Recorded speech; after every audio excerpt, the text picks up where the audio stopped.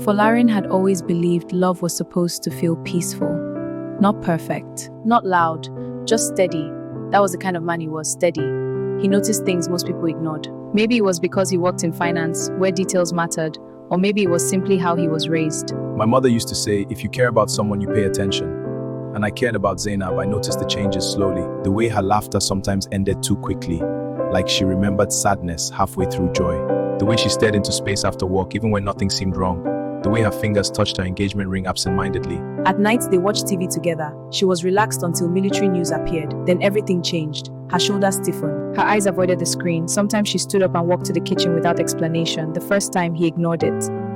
By the fifth time, he couldn't.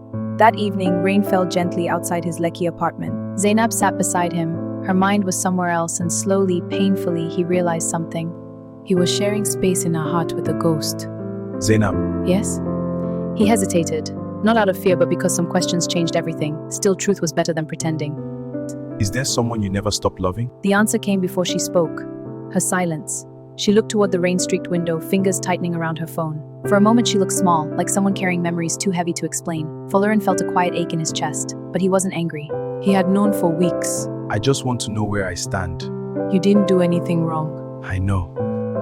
And that was what hurt most. He had shown up, called when he promised, offered consistency, offered peace.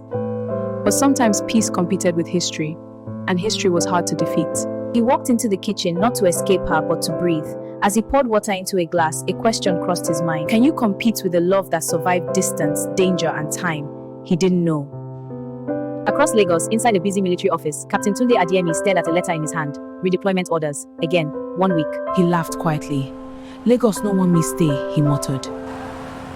Outside the window, Lagos moved loudly, horns blaring, traders shouting, life rushing forward without permission. Outside the window, Lagos moved loudly, horns blaring, traders shouting, life rushing forward without permission. He had barely adjusted to civilian life again.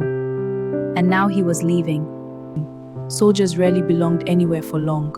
Still, this posting felt heavy, maybe because of her. He remembered seeing Zainab again.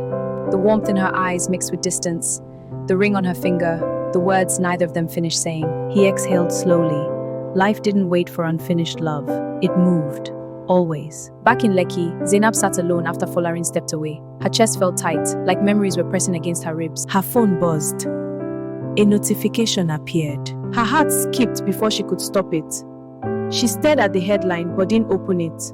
Across the city, 3 people sat in different places, connected by choices none of them fully controlled. One man offering stability, one man bound to duty, and one woman standing between peace and a love that never truly ended. Outside, the rain slowed. Inside, nobody spoke, because sometimes the hardest battles were not fought in war zones, but in quiet rooms where the heart had to decide what home really meant.